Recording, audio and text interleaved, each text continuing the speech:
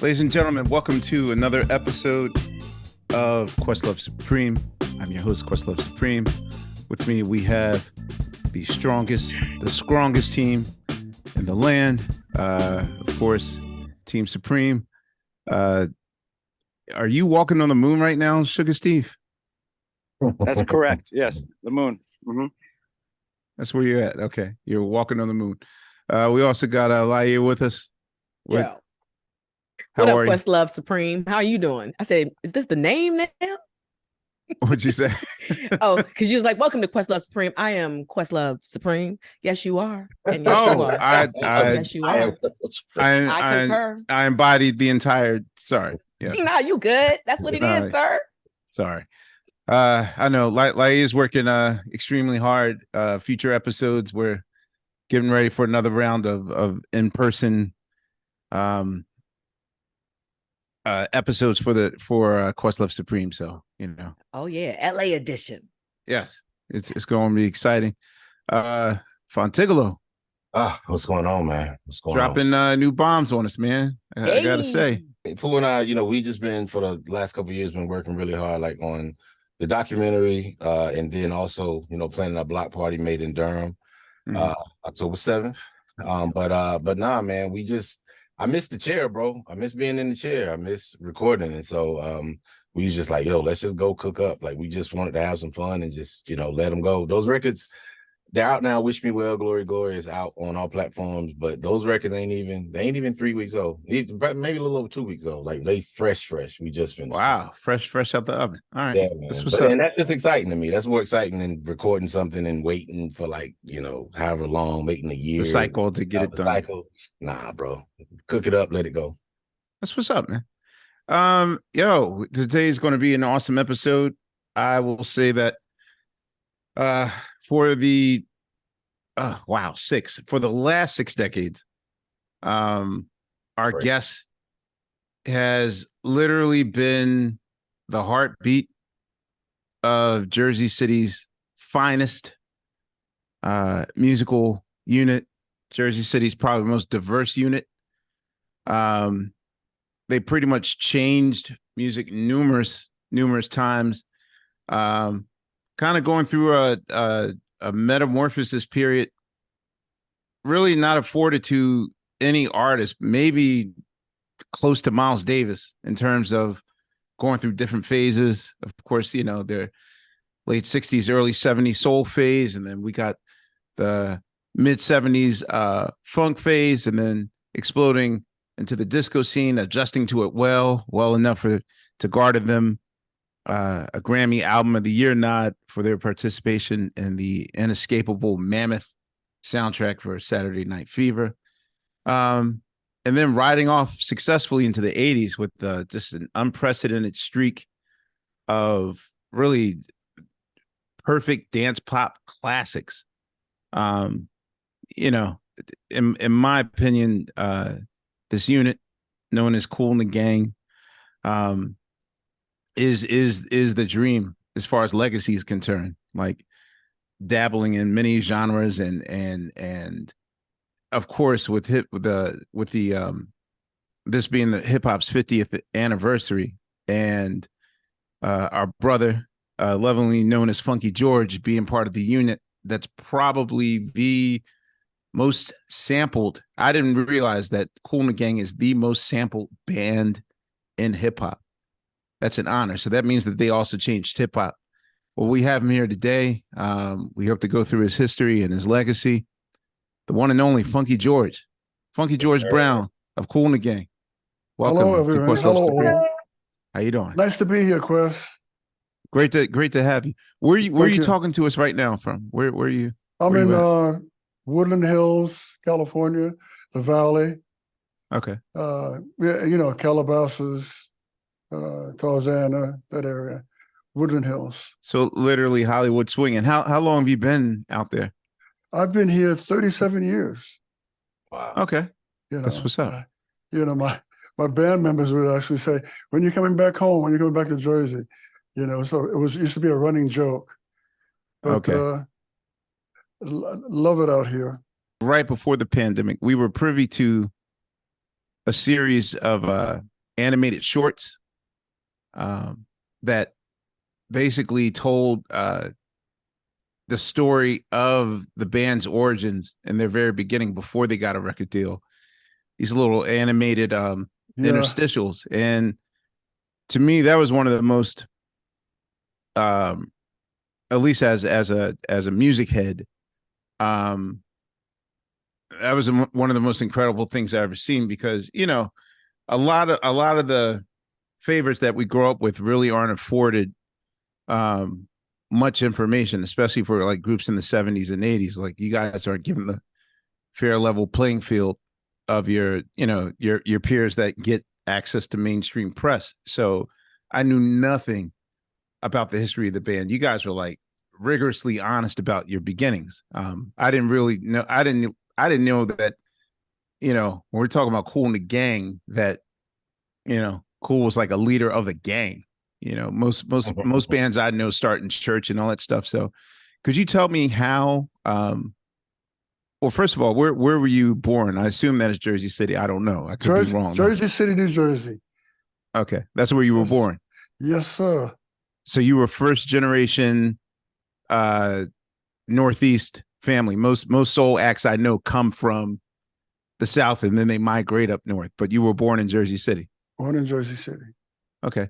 So could you give me a description of what Jersey City was like for you in your childhood, at least for those formative years and before you started discovering your talent?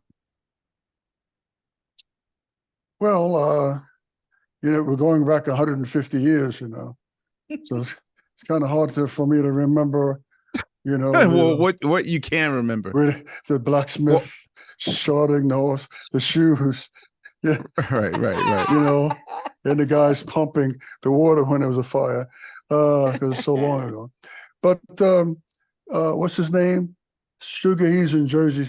He's in Sugar Steve, right? Hoboken. Jersey City and Hoboken were very alike at that time. Jersey City being the second largest city in New Jersey. It was basically a working class town, quiet working class town. What I've heard about Jersey, what I've heard about New Jersey, Jersey City, it comes from the account of like Martin Luther King era, like the riots and whatnot. But I never knew what Jersey was like before the riots came. But that was in Newark. Okay, Newark, and that's not Jersey City. No, Newark is the largest city in New Jersey. Okay, it's about 15 miles away. You cross two rivers, and you're in Newark. But the riots took place mainly in Newark. There was some rioting at a minimum level in Jersey City, but nothing like Newark, New Jersey. I got to put more respect on Jersey, because I think I'm not a New Yorker, even though I've been here long enough to kind of claim it. I think I should be here for 20 years before I say I'm a New Yorker. But a lot of times, even as a Philadelphian, Jersey's just like over there. From New York, Jersey's over there. The amount of talent that came out of Jersey City and New Jersey is mind-boggling. Okay. I mean, you got Count Basie, just for one. Frank Sinatra, Sarah Vaughan. This is Jersey City or just Jersey? This is just Jersey. Okay. But out of Jersey City too, you got people like Nick Adams, Brenda Vaccaro, Kool and the Gang. Who else is out of there? Roy Hamilton. It just goes on and on and Roy on. Hamilton? Roy Hamilton's. Don't let go of Roy Hamilton. Okay. Yeah. So there's a plethora of talent that came out of Jersey City proper. The Duprees, the Spellbinders. Okay. Yeah, it goes, I know those names. Oldie circuit. And those, like if you count Duke by himself, I mean, we wouldn't be playing anything if it was not for a Duke Ellington, So it's amazing. No Frank Sinatra, Okay. They came with it. How old were you when you discovered your talent for the drums? Oh, I think it discovered me. Well, tell me about it. It discovered me because, you know, I tap on the table with spoons and forks, you know, and I just took it to the next level, just intuitively. I just took it and said, hey, you know, let me go take some lessons. But mind you, we were so poor that we could only afford a couple of lessons at $3 a lesson. So there was a gentleman named Joe. He used to play behind the Sorrells. I went to him up on Newark Avenue in Jersey City. And he like, sit down here. It's a practice pad. All right, take these sticks. Show me something. And I think it wasn't a match, it's a standard grip, wasn't a match grip. And he said, hey, you're pretty much a natural. And second lesson, $3. And I got the Buddy Rich 16th Century Rudiment book and took it from there. And from that point on, you know, it's like by the time I reached 13, 14, I met Ronald Bell and Robert Mickens and Ricky Westfield. And we started the Jazz Birds because we're all deep into jazz at the time, you know, which is a main foundation of Kool and the Gang. So John Coltrane, Charlie Parker, Lee Morgan, Buddy Rich, you know, all the jazz greats at that time, you know, we were into. And we'd sit and listen to all those jazz albums. So at the time, though, and assuming that this is the early 60s or mid 60s, you know, were you aware of the pop landscape or the soul landscape? Yes, we were. We were totally aware of, you know, what was happening pop-wise and what was happening jazz-wise. Okay. You know, and because we would do little soirees and we'd have to play the music of the day. You know, nobody wanted to hear Bag's Groove. They didn't want to hear that, the kids, you know. They wanted to hear the hunter gets captured by the games, boom, boom, boom, boom, boom, all that stuff. So we knew that too. Yeah, I was going to say that, you know, for our listeners that don't know that, you know, in the early period of jazz, which was more danceable, then this virtuoso phase starts where the music gets faster and it's more about the solos and kind of more about sit down and watch us play as opposed to like us being a wedding band or a jukebox per se. But, you know, every one of my heroes and idols in funk music that tells me about their beginnings in jazz, most of them sort of had a condescending attitude towards soul and pop music. But I know that you guys were younger, so you weren't like looking down on it because you guys were teenagers. But I mean, how common was it for, and having heard like, especially like the jazz chops on the first two records, you guys were still teenagers. How common was it for teenagers to be that, to have that virtuoso level of musicianship Thank you during for that time period? The kind words of being virtuoso. It wasn't common at all. You know, what happened also was that we played almost nightly at the, if it were in Newark, we'd play at the, what was it, the Blue Note in Newark, we'd play Tuesday through Sunday, 9 p.m. to 2 a.m. And what we were playing was all the popular music at that time, and behind different artists. In Bayonne, New Jersey, pretty much the same at the Kenya Club. There are 5, 6 acts that we play behind each evening. So we would be getting our pop chart, sharpening them, honing our skills, yet dealing with and loving jazz and learning, you know, all the bebop scales and just hanging out that way. So that's how we grew. We work in these clubs nightly and go to school. And what's the rehearsal process like? Because again, you guys were a tight unit and really intricate. So I assume that a lot of rehearsal went behind that. Like, what's the rehearsal schedules like? Well, the rehearsal for the pop groups was just, they come up, they want their music done a certain way, and basically it's really close to the record itself. So we pull that off and keep the arrangements exactly like they were for Motown or the Atlantic sound. For what we did as far as jazz was concerned, if we were going to play Take 5, we sit down and go through it, like or Milt Jackson's Bags Groove. The rehearsal process was easy flow. Cleese would take out his horn, spitty ba ba, spitty bia, and in that process also we came up with our own music. Okay. But we would listen to everyone on the scene: pop, jazz, funk, country, and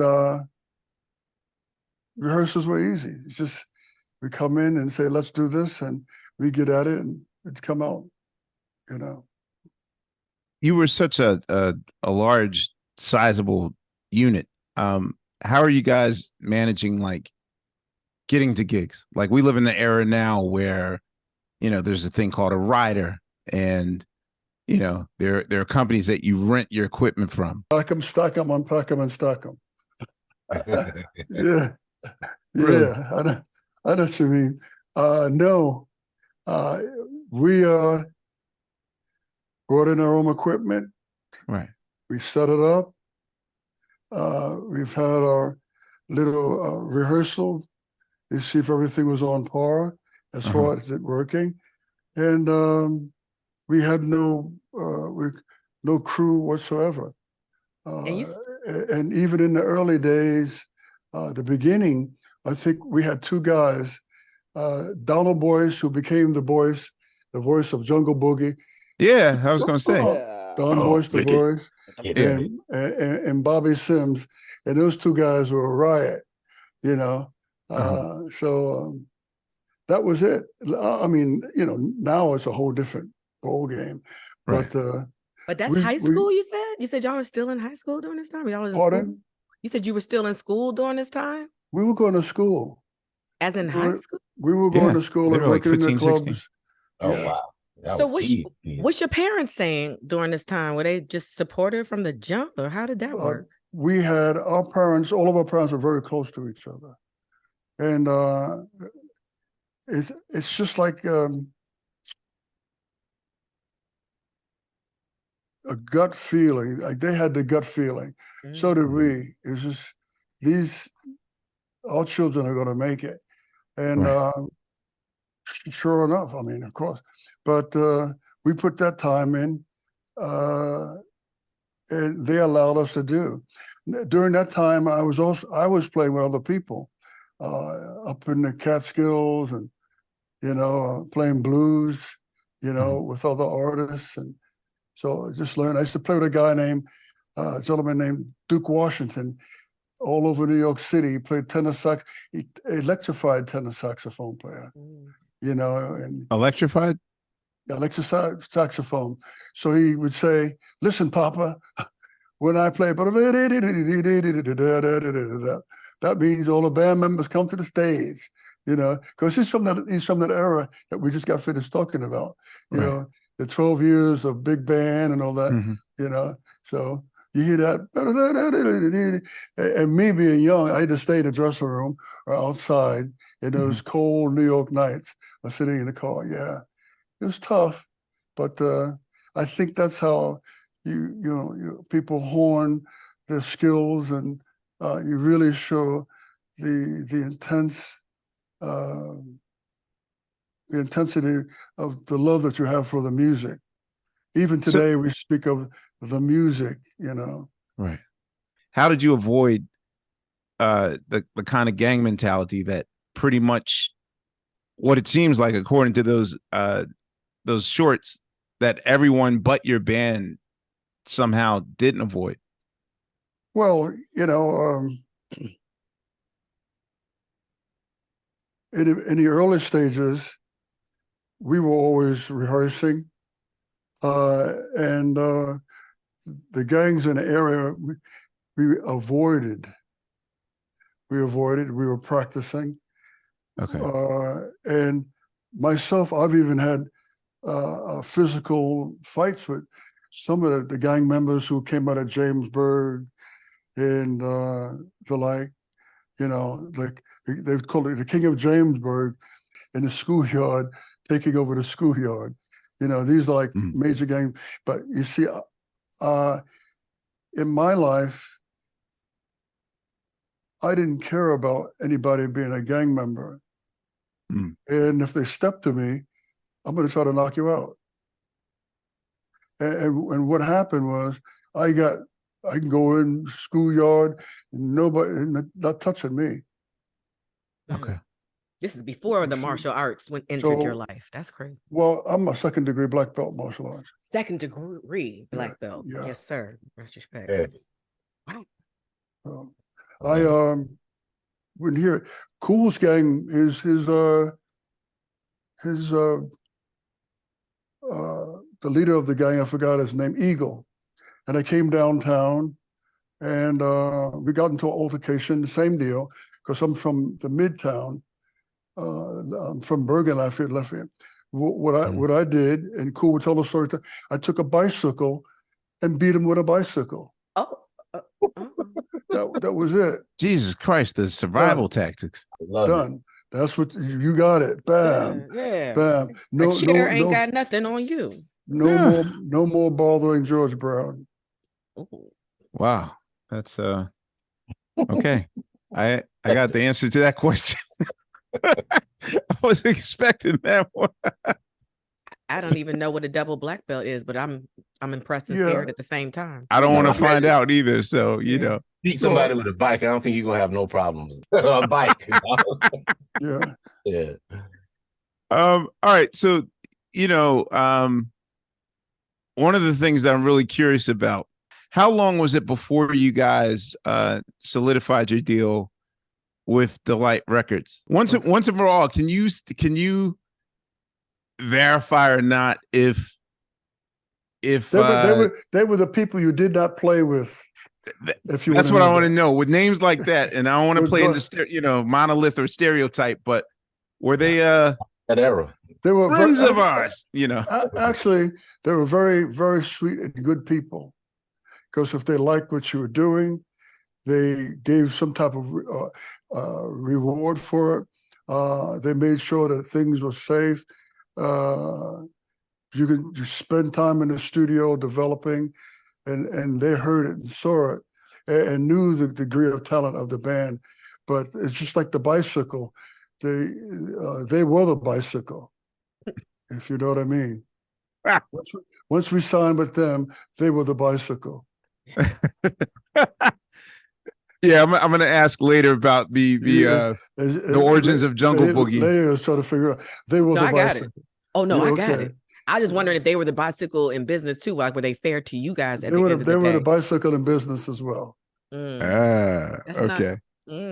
I'm only asking that because Ronald Bell told the story before he passed about how you guys were quote unquote forced to come up with Jungle Boogie sort of against your will. Oh yeah, it was like forced. It was a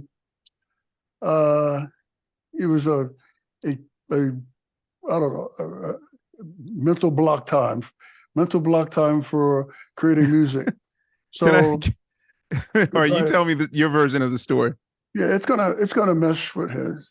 Okay. So we went up to the office of the attorney at the time. Today, he's the number one attorney for the entertainment business in the world. I'm not going to mention his name, right? Okay. So Dennis, myself, Khalees, and Kool went up to see him. And I can say what he said, though. He said, listen, guys, we just need some effing hits. He said, I don't care how much genius you are and how many instruments you play. And he looked at his watch, it was probably a Patek Philippe, and said, my wife's waiting for me at the airport. Goodbye. And he walked out. So Dennis went one way, Ronald, Kool, and myself were walking together and said, we got to come up with something. And sure enough, going to Baggie's, it's not that, I'm quite sure it's not that, Baggie's rehearsal studio in New York on like the 30s on the west side. And we started coming up with this music. Hollywood Swinging was one, where Ricky Westfield came in and said the idea. Then we were over at Harlequin, which is a another rehearsal studio, like 45th Street upstairs over Howard Johnson's, right? Really cheap studio. Oh, in Manhattan? In Manhattan, yeah. Near where SIR used to be. Okay, I see. I know where that is. Yeah, and we came up with Jungle Boogie. We were playing it. Khalees, we had Jungle something, but it was Dennis Thomas that came in. And when he heard the track, we said, we're calling it Jungle Jim, blah, blah, blah, blah, blah. And he said, no, man, people are boogieing. Let's call it Jungle Boogie, right? Bingo, done, wrapped up. That's the story. Can you verify that? Well, kind of what Ronald told me was basically that that the Heads of Delight were sort of like mesmerized by, you know, what was slowly morphing into to New York called dance night culture. Yeah. And they heard Soul Makossa, of which, you know, I guess either they acquired a copy and was basically like, we want our version of this song. And you guys were like, no, we were serious musicians. We're not playing this mumbo jumbo. Absolutely. No, we love Soul Makossa too. Okay. Mama Kool, Mama Say. We loved it as well. But they were going to bring in other producers. And Khalees and I said, no, they're not. And we went and we got funky stuff out of it and all that day. So we got Hollywood Swing, Jungle Boogie, and funky stuff all in one package. So you can't beat that. Khalif Gamble was just telling me, because he follows you guys with video. He's a videographer, and he was saying that the rooms that he's seen you guys change with Jungle Boogie, I'm talking about the whitest, most southern, like it just breaks. That's the one song that just changes everything. Have you? It changed a lot. Yeah, you know? yeah. That's especially because it's called Jungle Boogie. I just think the irony in it is kind of. Well, you know, it's primitive exotic. It's got jazz. It's got the ground rhythms that I was playing and Kool was playing, and you know, and you got that the horns playing contrary motion, and you got to have the going down the other way. You know, that's in jazz, but you hear that a lot of classical music when the strings are going one way, and then you hear the cellos going down. The whole different. It just opens it up, you know. And then you got a guy going, you know, which was novel. Don Boyce. I'm sorry. Go ahead, Don Boyce. No, Don Boyce. That also made that record what it was, you know, and what it is still today. Okay, so can you also settle a question I've been dying to ask you guys or someone from the organization? I mean, yeah, one could say that because all the albums were made at the same studio, of course they would sound similar. But were, at least for that first album, the Keep On Bumpin' album, were you guys really the KGs? No. So the KGs were their own self-contained unit, and their own self-contained unit. What happened was Khalees was producing them. So you're gonna get a little of that Kool and the Gang sound. With us, we changed studios. We were at the studio used to be on 57th Street between 8th and 9th, the House of Music in Jersey. The first records were done across the street from Studio 54. You know, we did mix studios. but keep on bumping. You got to keep on bumping. Yeah. Yeah. Right. Yeah, that was all done by with Amir. Amir And Diada. Amir Diada, yeah. Is he a Bell as well? Is he related to the Bells? They're brothers. Yo, I never knew. Well, He- because he, like between their birth name and then their Muslim adapted name. Yeah, Yeah. were all of you Muslim or just between Ronald and Ronald, Kool, Amir, Clayton Smith, okay. were Muslim, but that didn't get in the way. When we did our prayer circle at night, I mean, before the concert, didn't matter if you were saying, Alhamdulillah or Praise God. It didn't matter, because we were going out to do the thing and make people happy. And we all understand that God is God. So we should mention Pardon? when we talking about. I said we should probably mention when we're talking about Ronald, and you call him Khalees. I call him Khalees. Khalees. Well, Right. I just want to know for the people who are watching and listening. Oh, like that's yeah, what we Ronald talking Bell, about. Khalees Yeah. Band. Yeah. Well, back in the day, I'd call them both Khalees, Ronald Bell, Ronnie, but all that faded away when we got ready to pray and got ready to get on stage. It didn't affect who and what we were, because, Khalees and Kool and Charles were developed psychologically enough and to understand that, there's only one God and God is God, no matter water is water. What we call him. Right, water is water. I always wanted to know when you guys first started traveling and going to other territories. So Maurice White shares a story about kind of pre Last Days in Time, Earth, Wind and Fire, maybe pre Head to the Sky, Earth, Wind and Fire. Occasionally they would meet like in different audiences that weren't familiar with them and either get a cold reception or just get outright booed or whatnot. Maurice White tells these stories of Maurice White tells these stories of like coming to Philadelphia and literally getting the worst treatment from the audiences. But how are you guys? Are you guys meeting at all like any sort of indifference or I mean, in pre-hit Kool and the Gang, pre-Jungle Boogie, like those first 3 to 4 records, like how are you guys handling different territories that's outside of your tri-state area comfort zone? Well, at that point, we would play what the music of that time.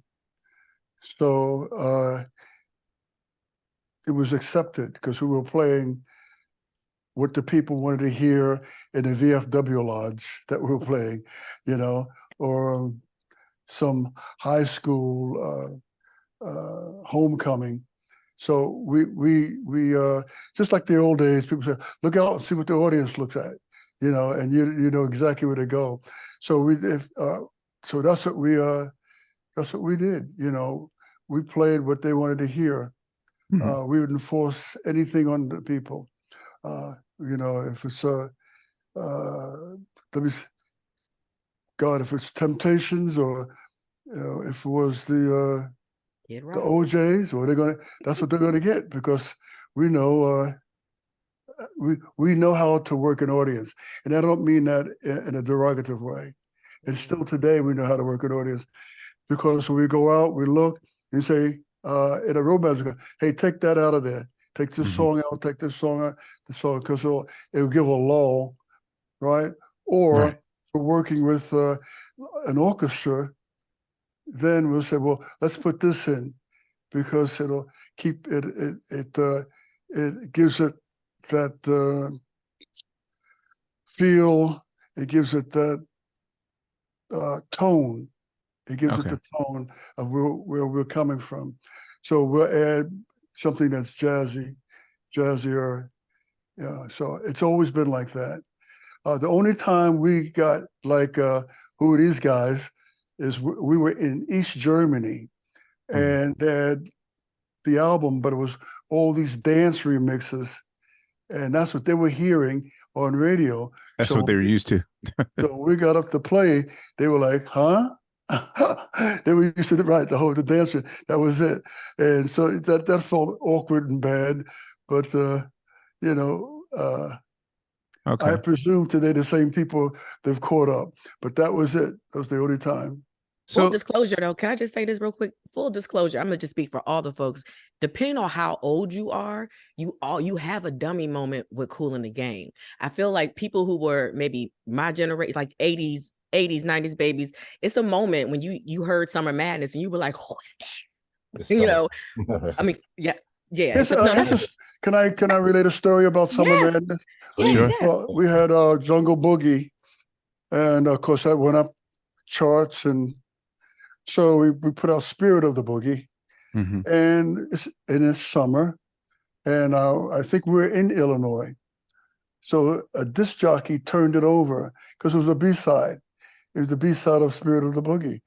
He turned it over, and the rest is history.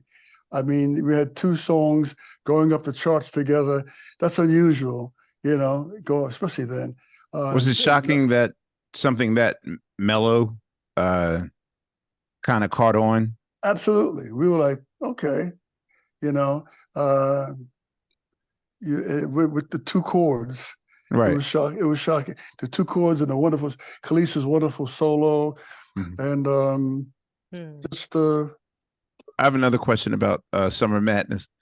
You know, being as though that it won an Oscar for movie, and did you guys feel any sort of way about Bill Conti's score of Rocky? Because there's a song on that soundtrack called Reflections, which is damn near a Summer Madness. Well, I believe in the movie he runs and works out to Summer Madness, but when you buy the soundtrack, he does.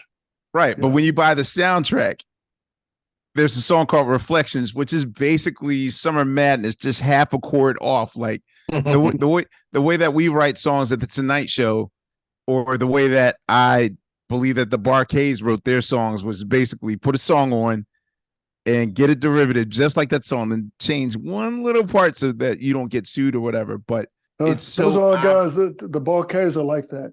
But you're talking about when he goes to his room, he puts on that little single. right. He's in the bed. You know, that's Summer Madness. You know, but yeah. But did you guys feel so away? Like, were you even aware that Bill Conti had made his version of Summer Madness on that Rocky soundtrack at all? You know, I don't think we were aware, but Kool and the Gang has always been this real high spiritual group, and we really are. And if somebody does something, we don't get litigious and say, okay, we're going to sue this person. As the years have gone by, we've been, let's say, rewarded and awarded with so many different. We haven't gotten an Oscar yet, but I know that's coming, and the Hall of Fame is coming, and so will the Kennedy Awards and the what is it? Is it Rogers and Hammerstein or one of those? Right. It's coming. You know, it is. So we've never been the type to excuse my French, the bitch that we didn't have this and this one got that. Okay. We just move on. Let's write some music, and it's still like that. I always wanted to know. At least the first three records were produced by Gene Red. I assume that Gene was a house producer of Motown. Of Motown, and he came over to the Light later. What was Gene like as a producer? Because later you guys started producing yourselves, but what was those first initial years like? Gene was a bona fide genius, and down to the sound of the band, and Bell Sound. That's where we recorded. Thank you, Okay. Quest. Because that was the studio. That's where everybody recorded. The Beatles at the time. And back then, the studios were so stark looking. Today's Mhm. studios are groovy with the lights. But the board then had the big pan pots, you know. Yeah. But Gene played piano. His father played for Cootie Williams. So he did have a great musical background. Gene was the producer on Cool Jerk. Oh, really? Oh, Oh wow. yeah, he produced and had written a number of things. Him and George Clinton. George Clinton came out of Motown as well. They were Motown writers. I'm when just we finding out that he's also father of Penny Ford of Snap and Oh, wow. Sharon Red. Sharon Red, yeah. Sharon Red, yeah. Yeah. Sharon Well, I know that was, Sharon Red and Penny Ford are sisters or half sisters or that sort of thing. So and Sharon was an actress, big time. She Mhm. was in Hair back in the day, you know. With Gene, he wanted a new sound, and we had that jazzy sound. And we'd go at rehearsal, he'd go and manipulate the amps, Right. the tones and things, how it should sound. And even with me, even some of the breaks, he would say, "Now, George, it is simple. He went brap doobie dop. That's all I want there, and leave it Right. alone. Get the floor tom. Brap dibba boom. You got that floor tom resonating, and he came up with the idea before the Jacksons, when there was a program with was it Alice Touchard? It was Soul, Okay. one of the early black programs, Mr. Soul? and he had us. He had the filters, I guess you can call it, Mhm. of Kool and the Gang's Saturday cartoon show back then. Really? Really, he's a brilliant What? guy. Yeah, That's back crazy. then. I think the show was called Soul. Okay. Yeah, Wow, I never knew that. in black and white and all that good stuff. Right? It was the stage was so small they had to put me on the side. So when Let's see.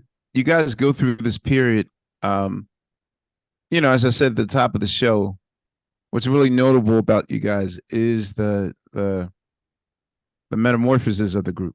Mhm. Starting off jazz, adding more soul to it, and then and to this day, like as a Soul Train historian, um, I credit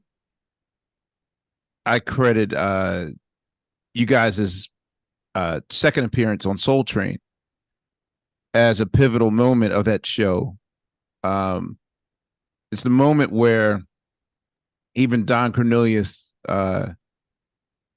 admits to you guys that he never heard Jungle Boogie. Like he basically said that he got the 45 the day before, and he heard Funky Stuff and thought that nothing ever is going to top Funky Stuff, so I don't need to listen to the B-side.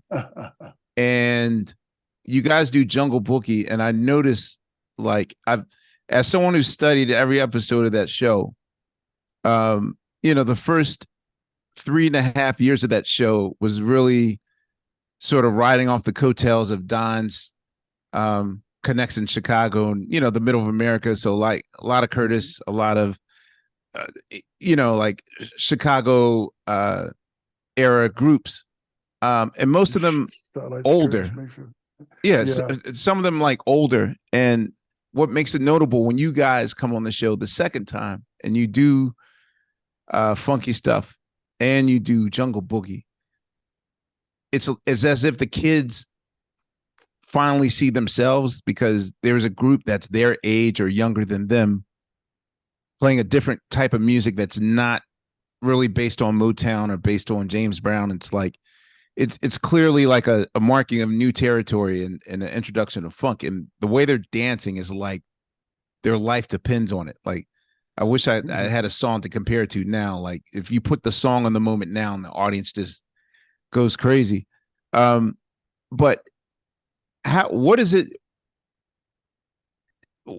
like, or how jarring is it to adjust to different genres? Because jumping from funk to disco was such a hard adjustment, and you guys caught a lot of flack.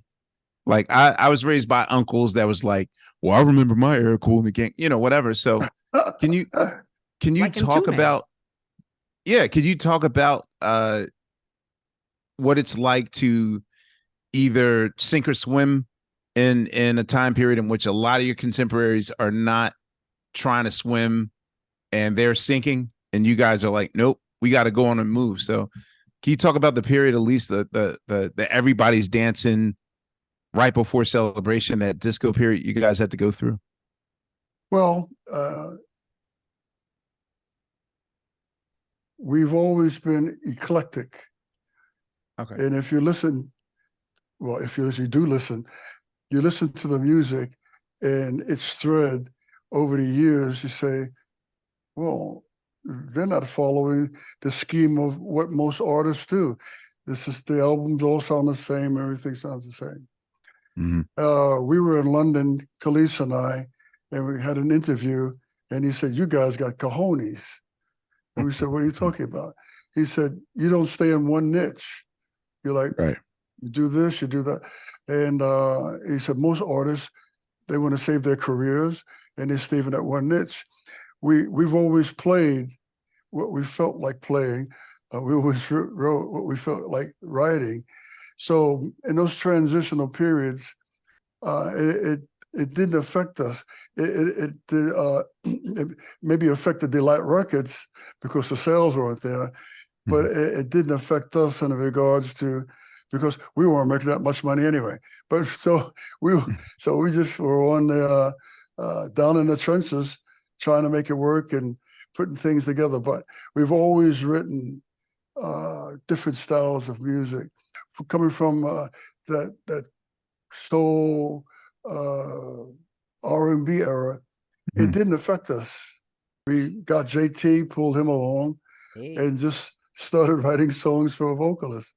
And bingo, it worked. You just said something, and I always ask, legendary band members and artists of that particular era this question. Okay, so if I'm a drummer in a band of Kool and the Gang's caliber, in the mid 70s, what would you say is a good, satisfactory living in terms of, like, I'm assuming during this period that you guys don't have day jobs as well. Like we did an episode with Millie Jackson, only to find out that she was basically Millie Jackson on the weekends. Right. And then Monday through Thursday, she'd go back to her day job. Where was she? She was working in Manhattan. Or something. Yeah, she was in an office. Yeah. Well, yeah, she was working in the garment district of Manhattan. Right. While she was, doing Live and Bitchy and like at the peak of it. Is one able to make a comfortable living, especially in an 8-man group, which I assume is different than the setup with Earth, Wind and Fire, in which is basically the Maurice White group, and he's paying them as work for hire, or contracted work for hire. But understood, yeah. Like okay, so say it's 76, like right before you guys do after Jungle Boogie and right before Open Sesame comes into play. We were very lucky. There were no day jobs. In the initial period, you say 1969, then I think at that point, Cletus Smith had a job delivering. But after we signed a contract with Delight, we worked. We've always worked. We've always had a gig. You never had a regular job, huh, George? Never. The regular jobs were before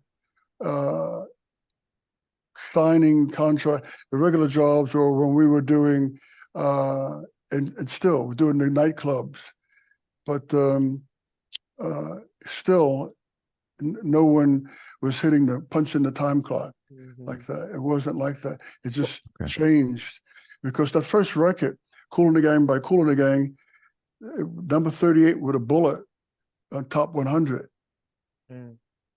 That record changed the whole atmosphere. So So you guys therefore, had a fair deal then. well, yeah, we got a fair deal then. And we got a blessing because not many black acts just popped up number 38 with a bullet or the top 100. So we were working. So there was work. It might have been slow here and there, but we did work. So if I want to ask you about publishing, because I'm curious where you got your publishing education, because we talk about hip hop, but if your publishing wasn't right from the start, it wouldn't even matter because you wouldn't have been receiving, the profits of your work. The BMI, ASCAP, CSAC. Yeah, like when did you learn? And all of our, from Warner Chappell and BMG and all that. Well, early on, like with Sharon Red, again, he was a guy. He told us all about that. And so therefore we were receiving, I signed with BMI when I was 19, right? And that's because of Sharon Red. All of us had, and earning from first Delight, but then when Polygram bought Delight, then the royalties for writing and publishing came from Polygram and Warner Chappell. Okay. And BMI, sorry. And then the artist royalties also came out of Polygram. So we knew. One of the most pivotal, crucial moves that you guys did was adding JT Taylor. But there's actually a second factor that not many people talk about. You guys went with a very unorthodox direction, associated with legendary Brazilian producer Amir Diada. And something, I'm sorry for cutting you off, Quest. Right before we started, he called me twice. Right before we started it. Really? I looked up, it's a deal. I said, because when you talk to Dio, you got to bring a lunch. Okay. Yeah. Yeah. So one, I want to know what was the meeting or the decision process, one, to bring in a lead singer, and two, to work with not only an outside producer, but a Brazilian producer, which, I would imagine in 1979, one would figure that, I got to go to the top of the pile, like either get with Gamble and Huff. Yeah. So what made you guys go with Amir Diada of all things, not really known for a pop sense, or, he dabbled in disco, but not enough for me to be like, okay, this is our do or die moment. Let's get with him. Well, Dio at 17 years old was like the number one arranger and producer in all of Brazil. And he had written strings for Carlos Jobim, most of our heads were in that, that thing. He wrote for Carlos Jobim, woo. So our heads were still in that jazz. Irene Conrad over at House of Music, she introduced, I think I got the story right, there might be some loose ends, Khalees to James J.T. Taylor. I think Ron Sweeney had said it's time to bring in a lead singer. You guys can do it. We looked at Stevie because we did a lot of work with Stevie. Well, Stevie helped us out so many times when the bus would break down. Really? We'd call Stevie and he'd help us out. Really? Yeah. So Steve would help us out numerous times. And we wanted him to come in and produce. Yeah, he said, sorry, fellows, I got to get my own album happening at that time. So we had a manager, Val Hackett. Val shopped, and I call it shopping, but he got Amir Diada, which was a great blessing. It meshed just like dovetail, like, man, the beauty is just connected. he was the right guy for Kool and the Gang, because all the music the guys knew, we were all musicians, Mhm. guys who knew all the chord changes and, what have you, all the scales, and, sit down and actually write it out. So it was, with him, it was easy. If we went, he would write that down. And weeks later, when the horns would come in, he said, somebody went, which is a simple line, right? And but guys would write those parts down as well. Clifford Adams, who played trombone, we have a trombone case full of music. Dio was the right choice, and not only the right choice for the music, but the right choice in really organizing the band and how we did things. He brought it to a whole other level, making sure that everything was notated, everything was written down. So as a drummer, I always wanted to know, and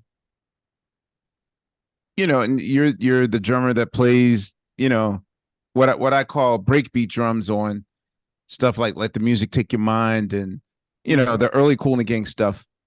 How hard was it to sort of adjust your sound for the times? Because even I noticed, me as a drummer, I've pretty much stayed kind of consistent for my 30 years of drumming in the roots and on record. Like if I change my sounds for experimental purposes, but not like, hey, let me adjust to the sound and the climate of where it is today. But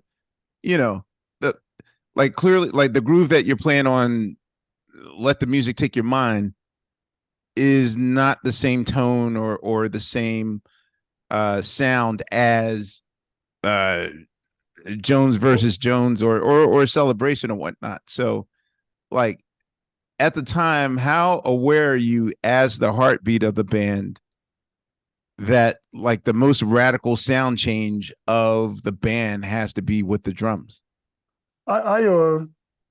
It might sound strange because you hear all this from me. It didn't bother me. It was like, let's go with the flow. This is what it is. This is going to help us move forward. This is what's going to bring a wider range of audience. Mm-hmm. So I was totally amenable to it, and actually didn't think about it too much. But Quest, you're right, because later on, because I play piano as well, and I got to a point where, okay, enough of this, and I just switched over to keyboards. Yeah. Oh wow. That's what I was going to ask you about too. That's like a major move that I don't hear about too often. From drums to keyboards? Yes. Mm-hmm. Oh, well, I always played piano. Okay. Okay. Yeah, it goes back to, we talk about church, it goes back, I've always played.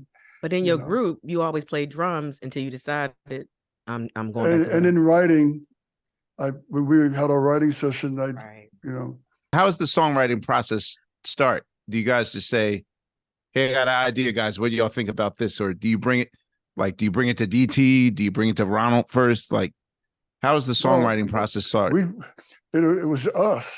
We just bring it to us, Guys say whether they like it or not. And if they like it, then we got down on it. See what you did there. It's the truth. Nice. With Diada, a little more different, because every morning he would pick me up. I lived in Manhattan, then Gramercy Park, and he said, "Oh, Senor, let me see your homework." So you pop in the cassette, you got your legal pad, you start singing, and he'll either bust your ego then by saying, "That's not happening," and or it actually, if he felt like it, he said, "That's very cute." But it's not working. Wow. Or he'll say, "Senor, you've done it again. Love the lines." And so we would apply, people would have different lines to put in the song, and they would work perfectly, So we shared the story of how Celebration got written, at least Ronald's version of how Celebration got written. But are there any other like unusual stories of that? For listeners who didn't hear that particular episode, Ronald Bell said that he was backstage at a Rick James and Prince show, and Prince had just did "I Want to Be Your Lover," and in between the set changeover from Prince to Rick James, Ronald runs backstage and finds a piano and figures out the chords to "I Want to Be Your Lover," and he writes it and notates it down, and then he plays it backwards, and that rhythm of da da da da da da da da da da winds up being da da da da da da da da. Yeah. And but I mean, for the songwriting process, especially in the period in which you guys are having unstoppable, pop classics one after the other, are there any other unusual stories of how songs got written? No, not really. Sometimes guys would pass on a song. I would take it and write a first verse of lyric and give it to JT. He said, "This is happening." And the next thing you know, we have a complete song because you got two members working on it. We've got the chord structure figured out, and we're writing the melody and lyric, and bingo. So you got something, and it's the funny thing about it.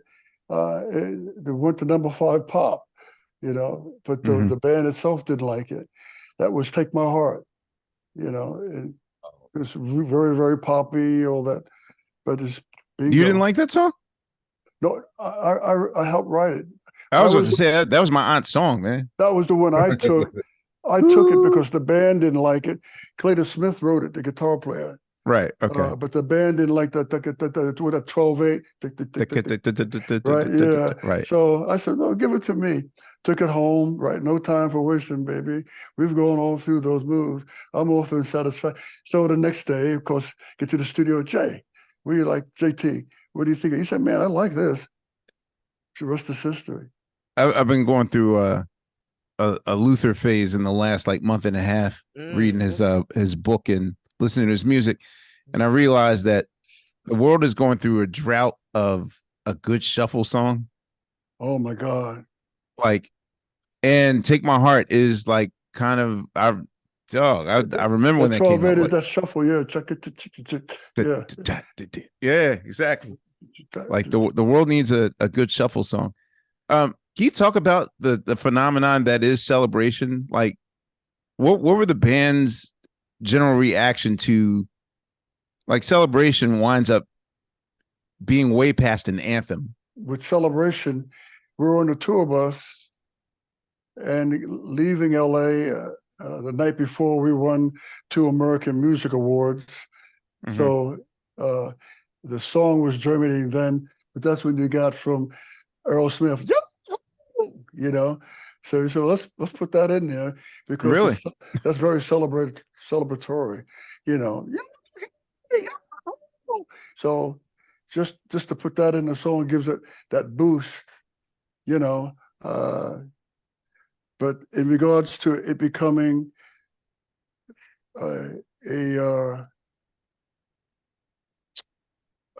you said it's far beyond an anthem. I'm looking for a word that to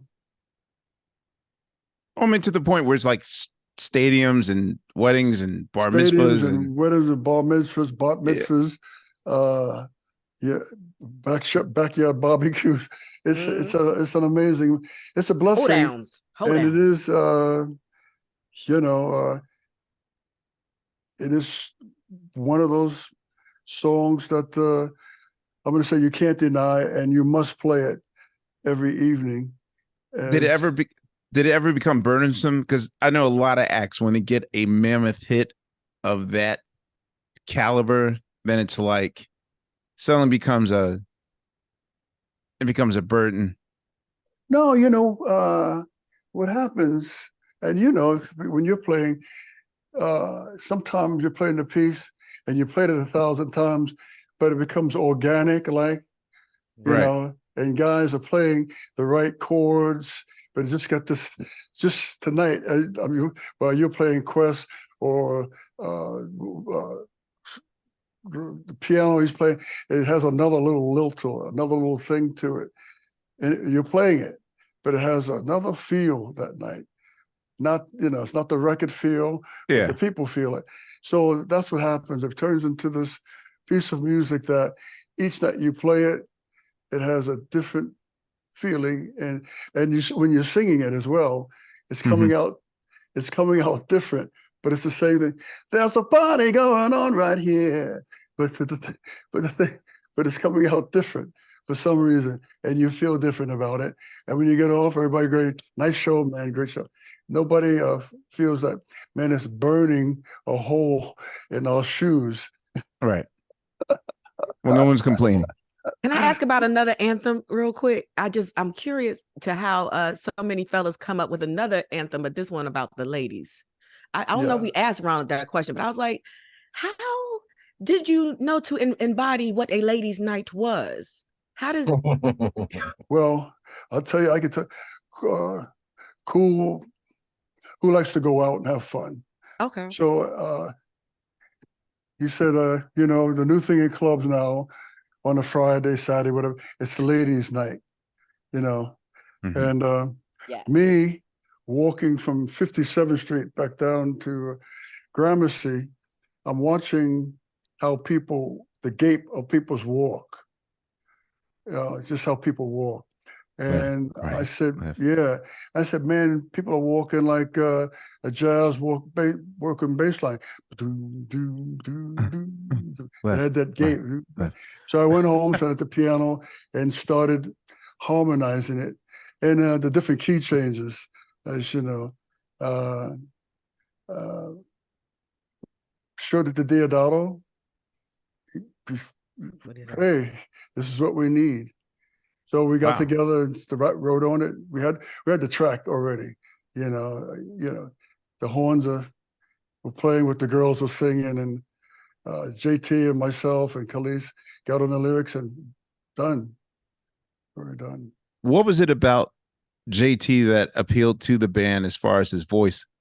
I once heard somebody describe that if Nat King Cole had been born 30 years later, like basically it would have been the voice of JT Taylor. Like that's how smooth JT's voice was.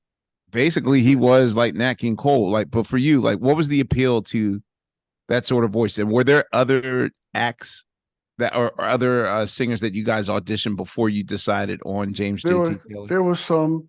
I don't want to mention people's names like that, but there was some that, make the cut that are well known. But JT did have, and still does, that golden, tone in his voice. And great lyricist, by the way, too. Okay. And he did have that. And what we did in the studio is, go in and roll a little bit of that on to his voice, to enhance his voice even more. So, when you're in the studio and say, well, that sounds a little weak there, or a little mid-rangey, let's work on that. So we did some work on his voice as well, like everybody does. But he started off with it. He had it. Okay. We felt that his voice was pop, pure pop, and it worked at that time. It had a certain innocence in it, non-intimidating, all of that, and just a pop artist. I mean, we could have went for the Teddy Pendergrass, the Luther Vandross. We could have went for it to be part of it, but we felt that it wouldn't work. Was there anyone notable that we would have known that almost had a chance to be in the group? Yeah. And you can't name who they are? No.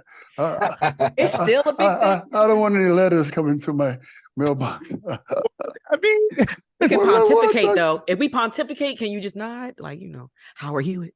No, I'm just joking. I just the one out. No, damn.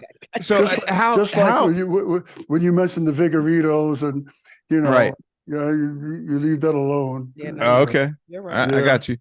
Um, how easy was it to adjust for him to adjust to being in the group? Easy. It was Was he the easy. same age as you guys, or was he younger? So was he like, A few years younger, just a few. So we're all in the same genre, basically age-wise. Not too far. I think I'm 4 years older than James. okay, You know, but no, we were the guys who would go to Reese Beach in Brooklyn and throw the frisbee around, have the girlfriends, Mhm. that type of stuff. We were the guy. We hang out. You know, like where the song comes from. So we were always together in some capacity, even going to the movies. You know, Okay. uh, Yeah. What was like touring schedule like? How are you guys able to maintain any level of not domestic, not like a domestic life. lifestyle, Yeah. but like how are you able to balance that, especially like during that time period in which you guys are working class musicians? That was very hard during that time period because when we'd go out for 2 months at a time. We were out with Van Halen. That's 4 months. But the thing is that there's a big tour break. Same thing with Kid Rock. You have a tour break, but with us, we go out for 2 months, and you're out there. You're not coming back. Especially in the first half of the 80s, in which those unstoppable hits are coming in. How are you balancing out the shows in terms of which audience to please? Like in your 80s show, does Open Sesame still have a home? Is Jungle Boogie and Funky Stuff still getting the same response? Is JT singing funky stuff in Jungle Boogie also, like with the band? Like how are you dividing the set list as far as like which With phase of Kool and the band to show? with Jungle Boogie, it was almost like we would all take a spot going, Okay. as long as we kept that going, somebody, get down with the boogie, that type of stuff. The same thing with funky stuff, So that was sing along. So the whole band, so everybody sang, with funky stuff. Jungle Boogie, just drop in, you know. I see. Yeah. And it's easy, it's very easy that way as well. It did make it like hard for anyone. You just sang it. I know that there was JT's exit in '88. He was just gone without any warning whatsoever. Yeah, I still don't understand that all these years. So what happened in 1988? Because you guys had this I don't unbelievable streak, and then that's it. So what was the story of his exit and how? Believe me, I was speaking about that last week. Okay. With I think it was my engineer Wolfgang. They said, I still don't know the reason. It was no rhyme, no reason. It was just that he got a bunch of money from I think it was A&M or MCA, and MCA. He went on to do his thing, and because when he first came out, I mean, he and I, we were roommates. Right. In all those hotels in the beginning, and we, not only roommates, we'd go out and hang out in the clubs together, come back, and all the good stuff. So to this very day, I don't know. I really, really don't know. And I was searched. There was a time where I was saying, let's call Ron Sweeney. Ron will call JT's manager and talk over things, and let's get JT back out on the road. It would never move forward for some odd reason. Do you remember the last time you had the conversation? Well, You he tried came to- back in the mid '90s, I believe, He right? came back in the mid-90s and then he left again. Okay. Whatever that was about. But when we got the Songwriters Hall of Fame, he came out. We straightened up the chords because the band had the wrong changes. Right. Yeah, funny that he said knows this, and but he came out and sang, and it sounded like we never separated. It just got a standing ovation for that night. It was just like old Right. time. How did you guys come across, or how did you guys wind up enlisting the services of Skip Martin of the Daz Daz. Band? Yeah, the Daz Band to be JT's replacement in '88. Well, Adele Bayan, peace and blessings be upon him. He passed away. Mhm. Well, Adele, our manager, was in a tragic car accident, and Oh, he I'm sorry to passed hear that. away. But he brings Skip over to my home. You know, Skip is a good singer, so it worked. What also worked was that he's a monstrous trumpet player. Yeah, He is?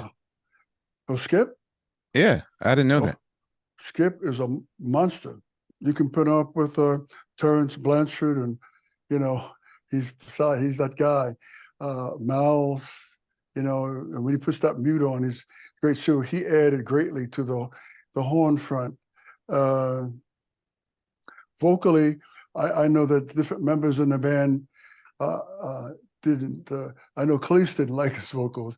That's for sure. And yeah, because it's too Vegasy. Right, right. But we made it work. By the time we got Sharon, who was close to JT vocally, Skip was just singing background and playing trumpet. But the horn section was extremely tight. When Cleese come out, Cleese loved Skip's horn, his trumpet playing as well. Loved it. And I do as well. Every time we have a session, even now if we're working for something, we call Skip, Ravi Best, Skip, those guys. Okay. So Skip's tenure was rather short. Then we brought in Odine Mays, who was a bass baritone, great pianist. So we had both Skip and Odine Mays doing the leads. The audiences loved it because you have the guy with that, like Blue Lovett with that voice, right? Yeah. And then you got the that tenor, that Irish tenor that Skip has, Okay. And then I don't know who it was, but Sean McQuilla. And when he came in, Sean has been with the band, God, now, I don't know, 30, 40 years, maybe a little more. And his voice is very close to JT, but he has more of a rasp on it. So, okay. Yeah. Good singer. And also a great guitar player. Fabulous guitarist. These days he can't pick up the guitar like he wants to, but as playing he's great. We have Rick Marcel out there as well, also guitarist, bassist. Rick has played with Prince and Stephanie Mills, and everybody's fabulous. Okay. And Amir plays every instrument as well. It's crazy. Okay. It's crazy good. You mentioned something earlier, and it did hit me that I think in 2014 to 2015, my guitar player Kurt came up to me. He's like, "Man, you'll never guess where I was last night." And I was like, "What?" He's like, "I was at a Van Halen show, and Kool and the Gang opened. You guys were touring with. What was that show like? Kool and the Gang and Van Halen. Loud. We play loud, and they were loud. I mean, it was so loud that, especially during sound check, I'd go outside. They couldn't take it. You know, they were Wow. extremely loud. But that Van Halen, great band, tight, great band, good guys, bunch of guys. You Uh-huh. know, and here's David is a major soul fan. That much I do know. and He- the forum here. Yeah. Well, it was kept on the QT, but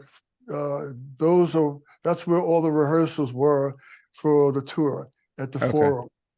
You know, so we were saying ourselves like, wow, what power you rent out the forum for rehearsal, Yeah. you know. That's a flex. Yes. And- Can you talk about your memoir? Like, how long did it take you to write that? Because I'm slow, it took about 10 years. And there's a lot of stuff that was taken out for political reasons, for Mhm. whatever. Some of the stuff would be quite shocking. So I talked to Dave Smitherman when I was in DC. So we just plucked stuff out that, Okay. you know, some of the stuff that we alluded to about those guys, you know, Uh-huh. and, you know, people's like, once again, I never mentioned people's names. Right. The story would start and things, but if I mention their names and what I was involved with, and it was just I was involved with one of their children, one of their daughters. Oh, look, Oh. this is a Yeah. movie. This is a Oh, movie, yeah, Yeah. and Okay. it was like he was he was up here at the totem pole, not down here at the totem pole. Oh. Yeah, so that was quite. Bronx Tale, Kool and the Gang Yeah, remix. that was quite dangerous because she even said this is a little dangerous. It's a lot of dangers. They would, you know, you'd be on the other side if my dad knew. Could you tell me what your 3 favorite Kool and the Gang songs are? But Oh, man. can you also just tell me what was your favorite song to create? Wow. Wait, are you Well, one of those? They're all my kids, and I can't separate them. No, I'm not one of those guys. Oh, good. Wild and Oh. Peaceful from the Wild and Peaceful album. You Okay. know, that the title song, because Oh, y'all sampled that, Fonte. Which one? Yeah. Oh yeah. Yeah. Oh, Wild and Peaceful was my joint. Yeah. yeah. The I remember John Coltrane. Which, Okay. I love that Police too. wrote. Yeah, that and it's just really none of the hits, none of the That's big, fine. the big. But hits. we know the Nowadays, we yeah. like for It's, us, those are the hits. You know what I mean? yeah, Little and- Children is one of our favorites of all time. Yeah, all the little Right. children. Yeah, man. You know, Never don't change. And man, Having the that one. third would be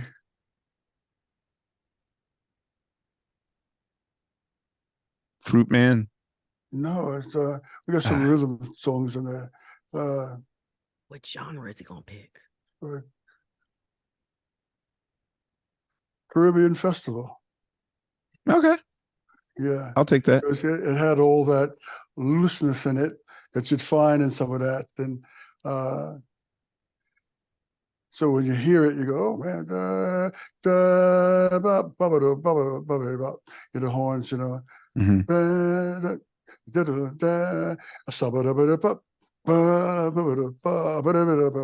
Just, you know, it's that group. And you got that, you know, so it was great. You Okay. know. So making those 3 like your favorite. Yeah, you know, as I said at the top of the show, man, it's really kind of our mission here on the show, just, you know, to give flowers to legendary people, you know, to get their just due as far as you know, the legacy that they set forth. And definitely, you know, for all of us here, you know, Kool and the Gang represents, I mean, it's an institution of just brilliance, and, you know, it sustained all music, all times, you know, all spaces, and still strong to this day. I mean, even my band, you know, goes through a Kool and the Gang moment in our current show. And you know, the songs Plus you have Jermaine Bryson. Tuba, yeah, Jermaine, yes, I know that he plays with you guys. Yeah, Tuba's brother. He Yeah, plays Oh, trombone. wow. Yeah. yeah, he plays with them now. Yeah. That's Yeah, dope. man, but we just thank you for coming on the show, and we appreciate your, you know, your legacy and everything that you've done, and Straight up. Thank you. Thank all you your for break beats and everything. We love that. We love it to death. Thank you. You know, I'm not going to say it's been a long, hard road. It's been a long, beautiful road. We'll take that. Being as a creator. Yeah. You know, because Ronald and I sit and come up with materials.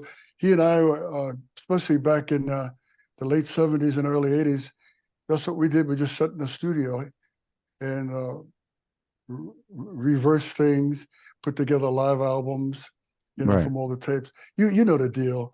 And Yeah. just had a ball and be in there all night, 6 o'clock in the morning. You say, I'll see you in a few hours, come back again. And that whole, that's worth everything, you know, as far as creative people is concerned. That's worth it all, you know, and it becoming successful too. And if it doesn't become successful, you go back and you tweet. What did we do? What's going on? Mhm. So, Wow. and I appreciate you having me on as well. Thank you for being here, man. Thank you. But it makes it just like all of us. It makes it a little harder, you know, when you go up here. I love your music, and then you gotta, Mhm. you know, that whole thing. Yeah. The adoring, loving fans. But I truly, heartfelt thank you. Well, thank you. Yeah, and on behalf of Sugar Steve Fontigolo, Pay Bill, Laia, myself, this is Questlove Supreme. Shout out to Jake and Brittany. Thank you for holding it down. Our family at iHeart. And we'll see y'all next week on the next go round of Questlove Supreme. Hey, All boss, don't forget, brand new Kool and the Gang album in stores. Yes. And, well, you already did it. Thank you. Laia's the minister of information in this band. I'll take that. All right. Next week, y'all. Thank you. Hi, Joe. Thank you. Blessings.